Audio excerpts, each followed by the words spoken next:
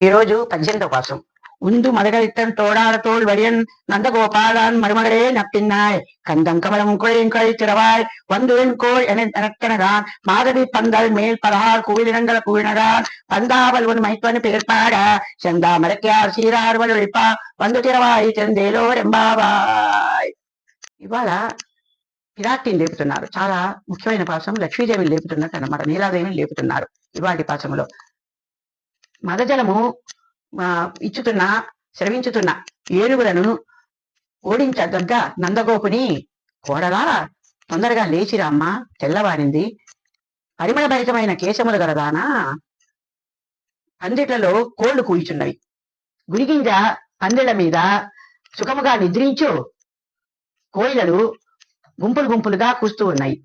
అమ్మా తొందరగా నిద్రలేమ్మా.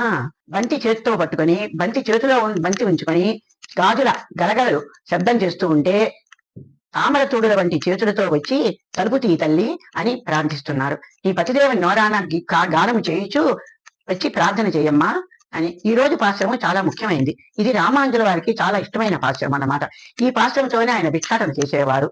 ఈయన ఒకరోజు పెరియ నంబి ఇంటికి భిక్షాటనకు వెళ్ళి వందు తిరవాయ్ అని పిలిచి భిక్షాటన చేస్తే పెరియ నంబి కుమార్తె అత్తుళ్ళాయమ్మ వచ్చి భిక్ష వేసింది. ఇది చూసి ఆయన గోదావరి వచ్చినంత పరవశించి పోయారన్నమాట. ఇది ఈ పాశ్రం మొత్తం. ఆండాళ్ తిరువడిగే శరణం.